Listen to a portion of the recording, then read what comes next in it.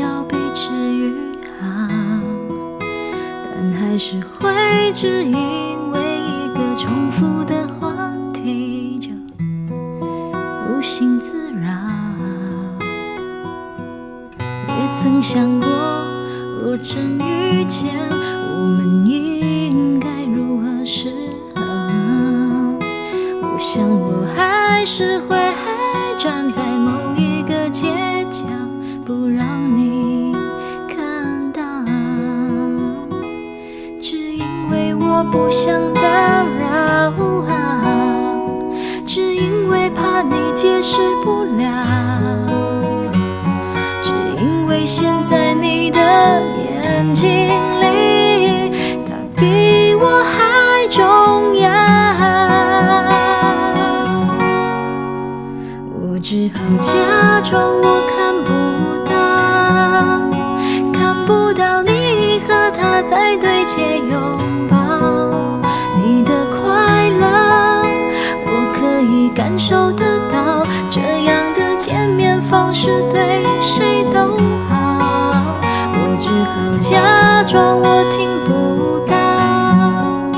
听不到别人口中的他好不好，再不想问，也不想被通知到，反正你的世界我管不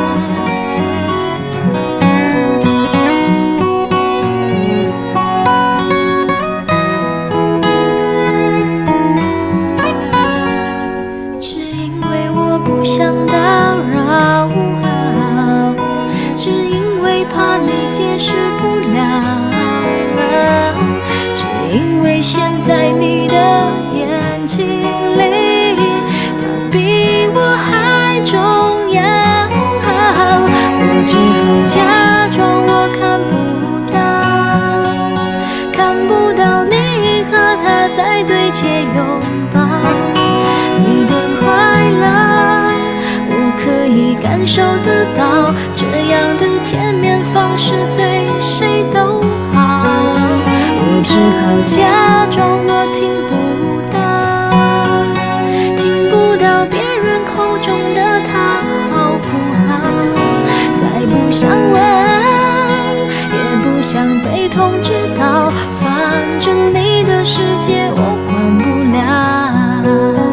若不想问，不想被通知到，就